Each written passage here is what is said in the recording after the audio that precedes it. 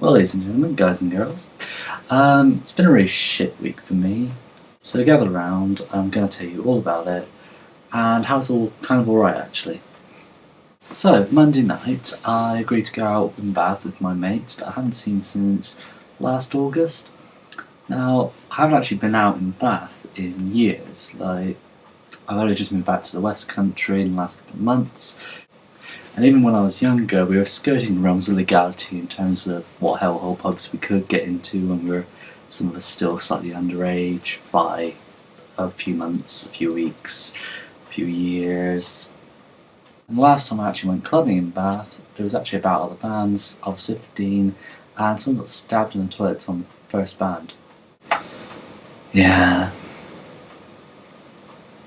So, I was actually up for experiencing Bath in a completely new, fun way, actually as an adult. It would be nice. So, we get some pre-drinking in and we, rock up to this club. And we do shots of tequila at the bar to get some swing of it.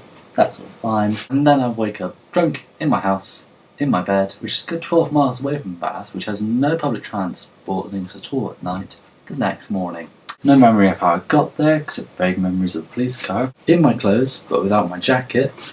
Covered in cuts, scratches, bruises, scrapes.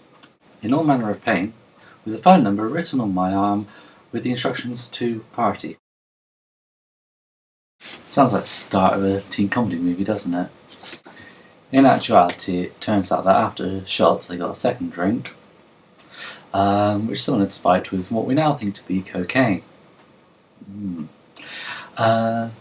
So apparently, I then get incredibly, and uncharacteristically I hasten to add, confrontational and quite violent.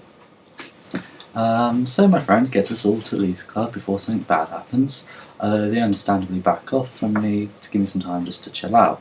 And at that point they lose me. So sometime later some police officers find me in the middle of the road trying to fight oncoming traffic. And in that time, I've been mugged, I've had my credit card stolen and my debit card, but not my phone, wallet, iPod or cash, and I look pretty worse for wear.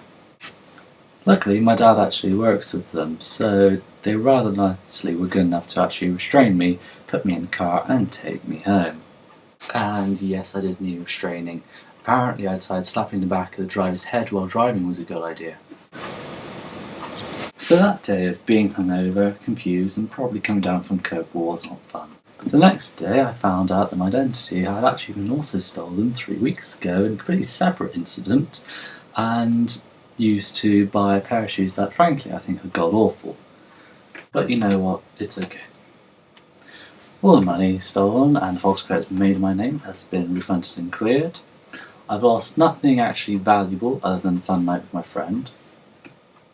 Even all these injuries are actually starting to stop hurting. And on top of that, I have this very strange story. I lived in Stoke-on-Trent for half a decade, been off my face in London and Manchester more times than I can count, being threatened by the mob, travelled through some of the biggest hellholes in Europe, and the first time I get spiked, mugged, and have my identity stolen is while I'm living in sleepy, peaceful, benign Somerset. So yeah, I hope you've had some sense of schadenfreude listening to my woes.